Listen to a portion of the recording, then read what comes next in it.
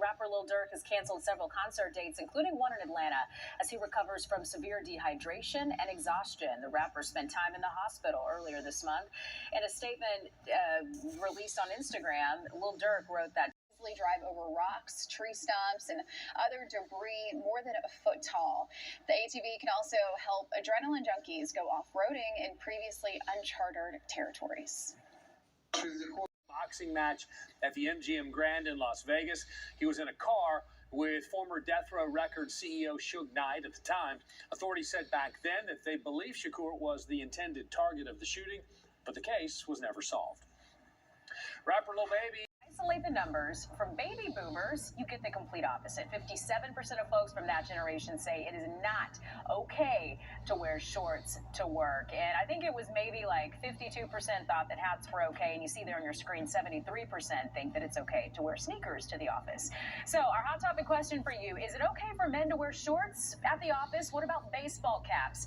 We have taken it to you to get your take on it. Robert, good morning. Robert says, shorts don't make me a bad employee. In fact, I believe they make me a better employee because I'm more comfortable in my environment. This is especially true in a classroom where I am constantly moving and going up and down. So yeah, I mean, I feel like it totally depends on where you work, right? On what you're doing. Terry says office with no public contact, yes, but not if customers come into the office, all right? He says, I technically work in an office and I'm in a t-shirt and shorts. Honestly, as long as work is getting done and getting done efficiently, why make a big deal about it? Okay, Jeremy says, when someone can prove to me how a dress code, especially if it makes you less comfortable, makes you more productive and a better employee, I'll care what others wear to work. But beyond the extremes, I don't see why it matters unless you're in a position where your outward appearance is part of your job description. Pretty interesting. All right, so we want to get your take on this. Should guys get to the government, it's out of our hands pretty much. It's been passed down the line. It's been compartmentalized for so many years that they've, that it's within some business community somewhere. But when you have people like Gordon Cooper, one of the most famous astronauts in the world, talk about seeing an aircraft coming in and landing, and then there was footage taken of it. It was taken to Wright-Patterson. They call it down to Wright-Patterson the next day, and they say, hey, we don't know what you're talking about. We never got anything. And that was the end. You got to realize. Explain this to me. It sounds like you're saying there's a system that is keeping the public kind of in the dark about the existence of UFOs. In your experience, what is that system? I mean, who's behind the cover-up? Well, that's a good question. I think you've got some higher-ups in government. You have higher-ups in business that control it. I mean, just imagine the technology. It's like if I took I'm a motorcycle guy. I took a brand new Harley Davidson or a brand new Indian to the people who floated over on the Mayflower.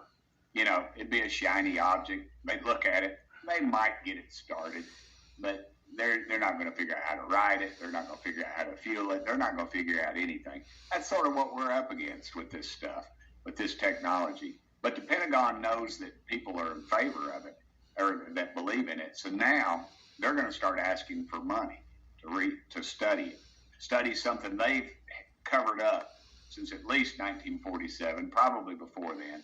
They don't need any more dadgum money. Just all I want is transparency. Just turn loose the files.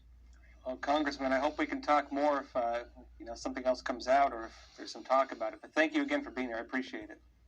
Thank you, brother. It's been a pleasure. Charges against Hunter Biden. Attorney General Merrick Garland is in the hot seat. A lawsuit has been filed against the Attorney General and the Department of Justice. It centers on allegations the agency failed to enforce having Hunter Biden register as a foreign agent. The conservative group America First Legal filed the suit. It says the DOJ and Garland had an obligation to force Hunter Biden to register with the agency.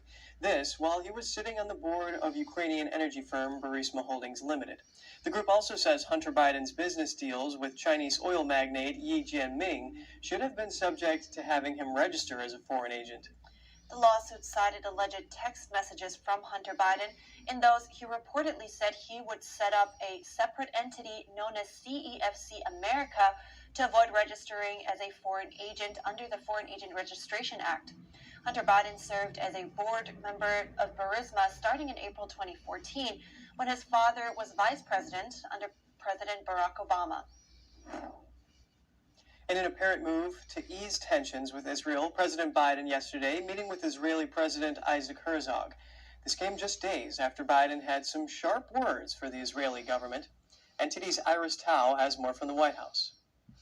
America's commitment to Israel is firm, and it is ironclad. The two reaffirming ties as Israel celebrates its 75th anniversary.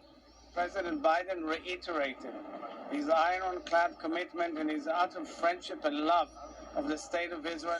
But the meeting with the Israeli president, who really just holds a ceremonial position, and comes amid tensions between President Biden and the leader of Israel's ruling coalition, Prime Minister Benjamin Netanyahu.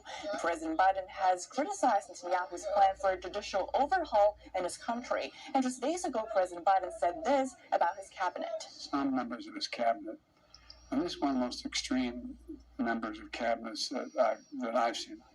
And President Biden was also facing scrutiny for not having invited Netanyahu to the White House after he returned to office in December. But on Monday, President Biden called Netanyahu and finally extended that invitation in trying to ease tensions.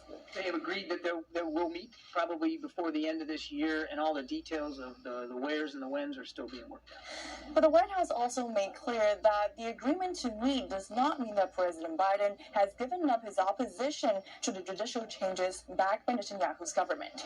Reporting from the White House, The statement was later left out of the briefing's official transcript. When asked again on Monday about Qing's prolonged absence, a spokesperson said there was no information to provide. Meanwhile, discussions about his disappearance have come under scrutiny. American scholar Phil Cunningham tweeted that in one of his commentaries, remarks about Qing's potential political disfavor were scrubbed in the South China Morning Post, a pro-Beijing newspaper based in Hong Kong. Analysts flagged the Chinese Communist Party's habitual secrecy and information opacity, calling it mind-boggling. But on the other hand, speculation is swirling. Hong Kong's pro-China newspaper Xingdao Daily claimed that Qing vanished from the public eye because of a COVID-19 infection, while posts on social media linked Qing's disappearance to an extramarital affair. His alleged secret girlfriend, a Beijing-backed media anchor, was a suspected double agent. The woman recently gave birth to an illegitimate child with the surname Qing. Others suggested that Qing Gan was embroiled in the downfall of a senior military official whose son allegedly leaked CCP intel while studying in the U.S. That occurred during Qing's term as China's ambassador to the United States. Similar scenarios have occurred involving other CCP officials. It's been seen as part of Xi Jinping's anti-corruption campaign. Most of them resurfaced later. Xi himself was out of the public eye for 2 weeks, shortly before he was named China's top leader in 2012. And now some short headlines from around the world. Spain's antitrust Where military's use of AI could drastically change the future. NTD's Colin Fredrickson has more. We're now embarking on a new era of the world, one in which a new technology, artificial intelligence, is likely to set the stage for the future of ideologies, the balance of global power, and the future of the relative peace of our world. The House Armed Services Committee held a hearing Tuesday on how the U.S. military should use AI. Key witness Alexander Wang, the CEO of Scale AI, said that the current operating model will result in ruin if the U.S. military doesn't change its ways. He said it will fall far behind other nations, most importantly China, whose government is spending 3 times more money on AI. The U.S. does have many advantages over China. The U.S. has the largest fleet of military hardware. This fleet generates 22 terabytes of data every day. That's much more than what China's military generates. To give you some perspective, the typical modern laptop has 1 terabyte of storage space. All this data can be fed into AI systems. But, Wang testified,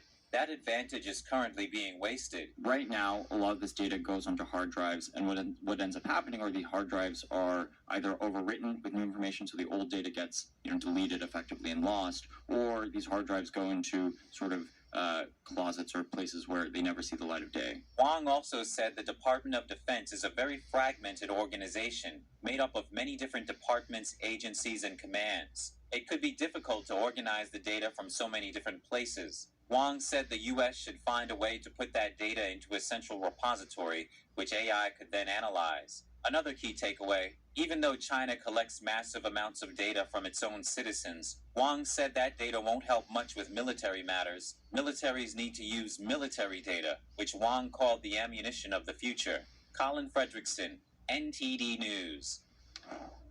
Election, something that the American people just rolled their eyes about. Needless to say, that's not what we ended up getting, nor do we get a Bush or Clinton presidency starting in 2017. So when you look at these numbers here, a full year before we get to nominations, convention weekends, and the like, it's good to have this advantage, but it's not enough to say that I'm going to keep an overwhelming, commanding lead. We haven't even gotten to the first debate yet. We know that the debate schedule can be grueling. That's its own soap opera in the media, and we have to see how candidates respond to that. And by the way, we still have Democrats that aren't in love with President Biden. So we don't know what's going to happen. We may end up having a November or December surprise where people start pushing Joe Manchin or somebody else more into the race on the Democratic side, and that would cause problems even for an incumbent president. Go back to as far back recently as Jimmy Carter in 1980 and see how that worked out for him. There have been rumors about Senator Manchin flirting with this idea at a race for the White House, and you know, your good point here is that anything can happen in these primaries and, of course, in the general election. Now, some are saying one of Trump's paths to victory centers on viable third-party candidates. For example, Trump won Pennsylvania, Michigan, and Wisconsin in 2016 with less than 50% of the vote, partly due to what someone are calling, you know, these somewhat strong libertarian and green candidates. Do you see this as a possibility in 2024? Not as much as it was in 2016. People forget that Hillary Clinton, who was a former U.S. Senator, a former Secretary of State, and a former First Lady, had a lot of positives and negatives already baked into the cake. There was not a malleable middle to say, hey, let's help you form a new opinion of Hillary Clinton. That didn't exist. So you ran against a candidate that had historic lows in regards to likability. By the way, Donald Trump did as well in 2016. That was so unique for that election. Even going into 2020, Joe Biden didn't have as many lows and the hard opinion about him that Hillary Clinton did, in part because of her husband being a former two-term president. Again, that's not going to come into play in 2024. You have an incumbent president that, regardless of who the Republican nominee is going to be, that person has to run against an incumbent. You now have to run against the pandemic. You have to run against the pandemic economy. You have to run against the mood of the nation after the pandemic, which, again, was something we couldn't think of 8 years ago. We were starting to think about 4 years ago, but now we're seeing how America looks and feels afterwards, and that's gonna shift how voters look for a leader. There's a reason why people like Tim Scott have gone from 1% to 8% in many polls. It's because people are saying, can I get a conservative view, but with a different tone?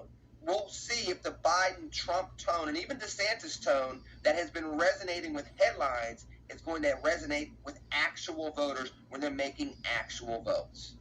Very interesting. And Lenny, Democratic operatives and dozens of Biden aides are telling CNN that they're frustrated and worried about this campaign because of the slow pace. These doubters are concerned that each day that goes by without an action-packed schedule of campaigning, that it's going to show voters that Biden's age is really as big of a deal as they think it is. What's your take on this? He's taking a huge political risk trying to say, I can't do the campaigning. The retail campaigning I can't do anymore. He was never really good at it in the first place. Now he's even worse.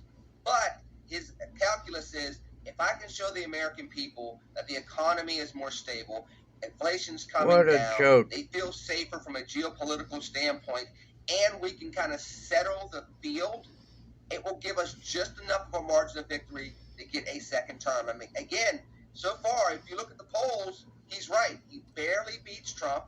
He barely beats it by a little bit wider of a margin. DeSantis, if you're the Democrats and you're going to have to ride with President Biden, a slim victory is just the same as a Reagan 1984 victory. You won. That's what they got in 2020 moving into 2021. That's what they're counting on now. Joe Biden has to show that he is a functional president. and try to put his record out there. Because from a retail politics point of view, he doesn't have the energy of Trump, and every other candidate on the Republican side is younger, has more energy, and will likely be coming into a general election next year with a lot more energy and momentum.